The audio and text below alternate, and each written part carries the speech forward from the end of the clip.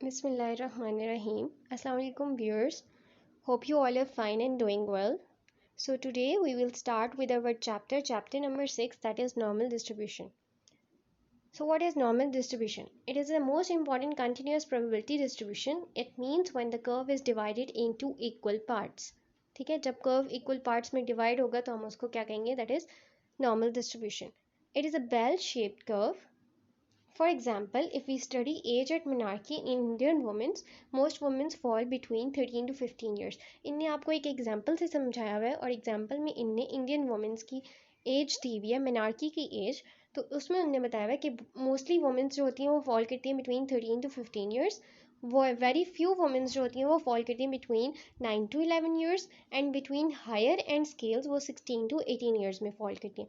This frequency distribution को हम क्या कहते हैं? Gaussian distribution, that is normal curve. So normal distribution. Why are the normal distribution so important? Many dependent variables are commonly assumed to be normally distributed in the population. If a variable is approximately normally distributed, we can make inferences about the values of that variable. अगर variable जो है approximately normally distributed है तो हम उसके बारे में inferences जो है वो कैलकुलेट कर लेंगे. For example, sampling distribution of the mean. Normal distribution के लिए हमारे पास जो मैथमेटिकल फॉर्मूला होता है वो हमारे पास क्या होता है? F X is equal to 1 divide by sigma under root 2 pi आगे ई के ऊपर x minus mu square divided by 2 pi square 2 sigma square. This is the normal distribution formula. Next come is the shape of the normal given curve results from different values of mu and sigma. The mu, which is mean, determines the midpoint, and the standard deviation, which is sigma, changes the shape. It affects the spread or the dispersion of the scores. जितनी ज़्यादा sigma की value ज़्यादा होगी, the larger the value of sigma the more disperse the score, उतने ही score जो है वो disperse होंगे.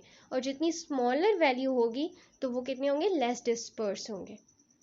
नॉर्मल डिस्ट्रीब्यूशन का अब आपको ये कर्व नज़र आ रहा है. It is a bell shape curve, हमने पहले भी बताया था. Changing mu shift the distribution to left and right. अगर मीन या म्यू की वैल्यू चेंज होगी तो वो शिफ्ट कर देगी कर्व को टू द लेफ्ट या राइट साइड पे. ठीक है, और अगर सिग्मा, जिसको हमने स्टैंडर्ड डेविएशन कहा था, वो अगर वो चेंज होगी तो वो इंक्रीज या डिक्रीज कर देगी स्प्रेड को. नेक्स्ट काम is normal curve can differ in location और शेप. शेप और लोकेशन में जो है वो डिफर करती है, जैसे आपको यहाँ पे डायग्राम में शो हो रहा है. Area under the curve. since we know the shape of the curve, we can calculate the area under the curve. अगर हमें शेप पता हो तो हम एरिया कैलकुलेट कर देंगे. the area under the curve tells us about the probability for our results data by treating it as a normally distributed data set. ठीक है, तो एरिया अंडर द कर्व वो हमें क्या बताता है? Probability for our result. ठीक है, अब आपने ये याद रखना है कि area between mu minus sigma और म्यू प्लस सिग्मा वो किसके इक्वल होता है? 68.26 के. और area between mu minus 2 pi and mu plus 2 pi वो किसके इक्वल होता है? 95.45% के. And the area between mu minus 3 sigma and mu plus 3 sigma वो किसके इक्वल होता है? 99.74. Almost all values fall with in 3 standard deviation. ठीक है, ऑलमोस्ट सारी वैल्यूज कहाँ पे फॉलो करती हैं? 3 स्टैंडर्ड डेविएशन पे. नेक्स्ट हमने देखते हैं हमारे पास रूल्स आते हैं. सबसे पहले जो आपको रेड कॉलम है वो जो नज़र आ रहे हैं रेड बार्स, उसका एरिया कितना है? 68.26% ऑफ द डाटा वो कवर कर रहा है. नेक्स्ट 95.45 डाटा कवर कर रहा है. नेक्स्ट ग्रीन भी इंक्लूड हो गया. अब हमारे पास जो ब्लू वाला भी इंक्लूड हो गया वो क्या कर रहा है? 99.74% ऑफ द डाटा जो है वो कवर कर रहा है. की एरियाज अंडर द कर्व हमने देखना है. For normal distribution 1 standard deviation आपने पहले भी बता दी थी कि वो 68% है. 2 स्टैंडर्ड डेविएशन 95% और 3 स्टैंडर्ड डेविएशन जो है वो कितनी है? 99.9% एरिया कवर करती है. अब हम देखते हैं नॉर्मल डिस्ट्रीब्यूशन की. We agree to use the normal distribution. वो बेल शेप्ड होता है. हमने कहा था म्यू किसके इक्वल है? 0 के, that is mean, and standard deviation which is sigma which is equal to 1. लेकिन सारी बेल शेप डिस्ट्रीब्यूशन जो होती हैं उनको हम नॉर्मल डिस्ट्रीब्यूशन नहीं कंसिडर कर सकते.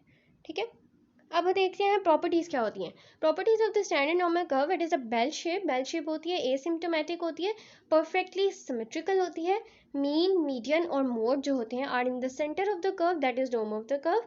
Half of the values 50% lie on each side when it is cut into half at the highest point. ठीक है, half of the values कहाँ पे mid में lie करती हैं, एक side पे lie करती हैं, sorry एक side पे lie करती हैं. It has got two determinants, mean and standard deviation. इसके दो determinants होते हैं, mean and the standard deviation. mean 0 के equal होता है और standard deviation किसके equal होता है, that is equal to 1.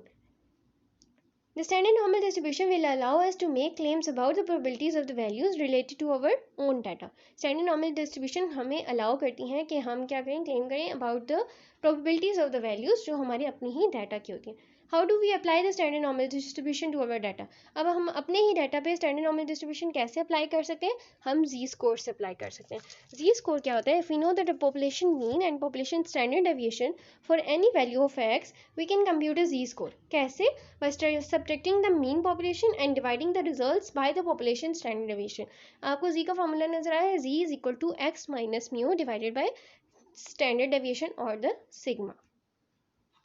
Standard normal curve distribution is always centered on the zero. Characteristics are mean is equal to 0, mean and mode and median is equal to 0, and standard deviation is equal to 1. The z-score. The z-score tells us how many standard deviation there are between the selected score and the mean. Strategies for finding probabilities for the normal distribution, random variable. अब इसके लिए आपने क्या करना है, जब आप normal distribution set करेंगे या फिर आप फार्मूला कौन सा लगाएंगे, कैसे कैलकुलेट करेंगे और अपना कर्व कैसे ड्रॉ करेंगे. Draw picture of the standard normal distribution depicting the area of interest. ठीक है, फिर नंबर 2 पॉइंट, री express the area in terms of shapes like the one on the top of the standard normal table. And next काम is look up the area using the table. और ये आपको table do the necessary addition and subtraction, और ये आपको table given है, इसमें से आपने वैल्यूज़ देखनी है, आपने क्वेश्चन में पुट करनी है और आपको आंसर मिल जाएगा. Thanks for the watching. If you have any query please let me know through the comments. Till then take care of yourself. अल्लाह हाफिज़.